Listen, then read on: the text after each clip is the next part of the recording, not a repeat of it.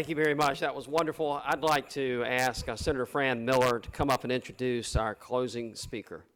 Senator Miller.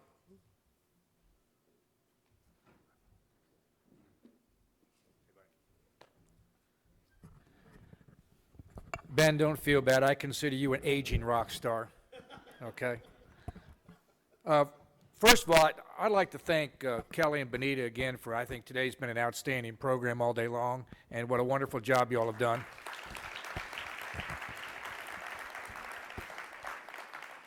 This is almost like getting a whole day's full of Friday facts, so again, it is very much appreciated by you all.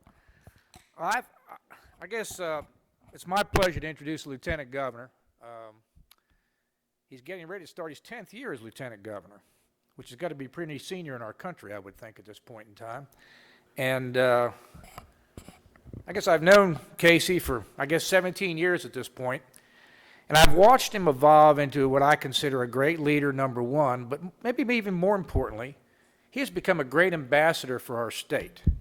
I think everybody knows about his passion for education, his innovative career academies, and I think the other thing that's important, particularly with this group, is he truly embodies the entrepreneurial spirit. And I say that with the work he's done in order to try to build venture capital in this state, which is critical. We heard about this earlier.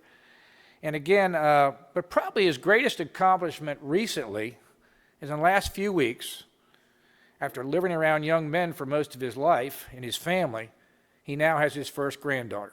So without further ado, your Lieutenant Governor, Casey Cagle.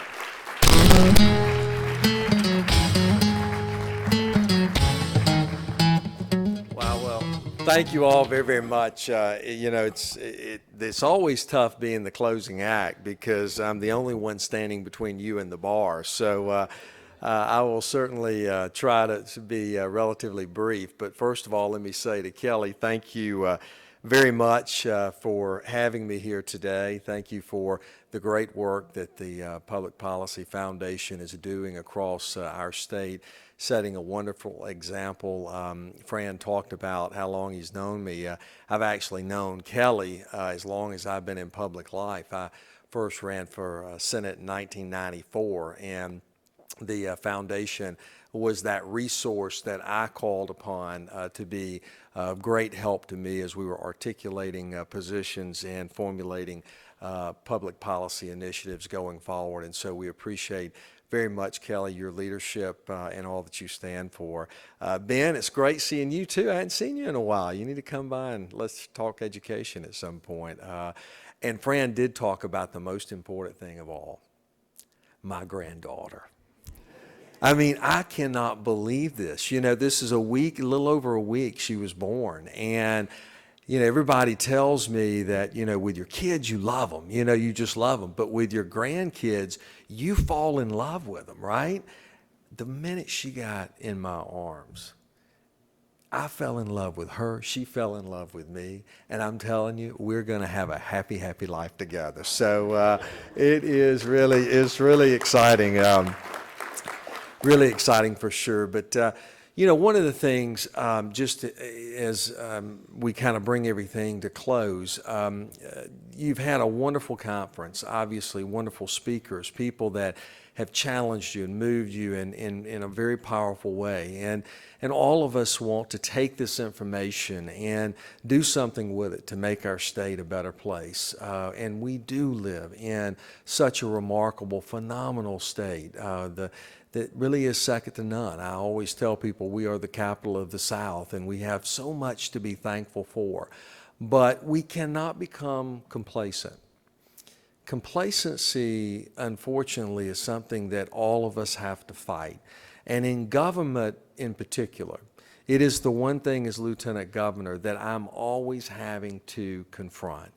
And we talked about public education. There is no place where there is a model that is built upon complacency than in public education. I tell people, education is my passion, and I want to dedicate myself to improving education for every kid because it is the great equalizer. It's the ability by which a teacher can impart knowledge to a student, where that knowledge can be gained that empowers the student to rise up further than they ever thought they could rise, to experience what a prosperous individual that they can become. And it's what makes our state unique. But we've got to get this right. And in education, I can tell you firsthand that no two kids learn at the same pace in the same manner. A one-size-fits-all educational system will not work. And I'm convinced of that. After all of these years in public life, I am convinced that a one-size educational system will not work. What we have to do is design an educational system that is built around the needs of the community, but more importantly, around the needs of the individual student. And when we do that, we have kids that can really experience success. And we all know the power of education. I mean, we know it even in our pocketbooks. I can tell you places within our state that, sadly enough, are declining in population, but yet other parts of our state that's exploding in population. And it all comes back to the quality of education. I have the crazy idea to believe that we can create a quality-based educational system all across the state. I believe that we can also have kids fighting to get into school instead of fighting to get out. I'm crazy enough to believe that. But we're not going to get there doing the same thing that we've always done. We have to abandon a one-size-fits-all model. We have to design an educational system that meets the needs of each individual student. And we also have to offer choices. We have to give kids something that they see value in. And when we do that, it's magical. You know, College and Career Academies is one of my big initiatives along with our charter school systems. And both of those initiatives have had, I would say, really, really good success. But honestly, we should have been knocking it out of the park far greater than we have. But it's this bureaucracy. It's this idea that we want to hold on to an old status quo model. I tell people what we have is a QBE funding formula that drives everything that goes on in education. And teachers at the end of the day have their hands tied because they don't have flexibility. They don't have the ability to meet the need of the individual student. These are the challenges that we have. But I will tell you, with our college and career academies, it's a young girl, an African-American female by the name of Jasmine, that was in a traditional high school in Athens, Clark County. And sadly enough, she was disenfranchised. She was really frustrated with where she was. And her counselor says, why don't you try our college and career academy? She went there. She obviously was able to explore the various career pathways that were available to her. And all of a sudden she realized that she wasn't taught or wasn't treated as a student. She was treated as an associate with an instructor. And she was expected not only to be there on time, but to greet people with a handshake. And all of a sudden, she began to see respect and how respect needed to be granted and given. And as a result of her being in this environment, it changed her life, because she then saw purpose and meaning. Through exploring the different career pathways, she found that she wanted and loved the criminal justice. And she enrolled in criminal justice. Not only did she graduate from high school, she also graduated with an associate's degree in criminal justice the very next day. That was the opportunity that was presented to her. Now, the great thing about that is she did that and it did not cost her a dime. There's no student debt that she's carrying forward because she wouldn't have been able to afford it. That's exciting. But what's more exciting to me is that she's not like my three boys.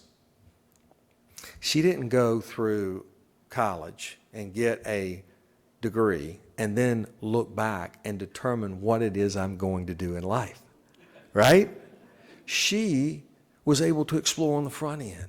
And through that exploration, found the path that gave her motivation and gave her the purpose and the reason by which she wanted to gain that knowledge and how that knowledge would be applied in the workplace. These are the things that we have to create in order to have, I think, conservative principles, principles that all of us believe in deeply. That's 0-0. Have I already overgone? Okay.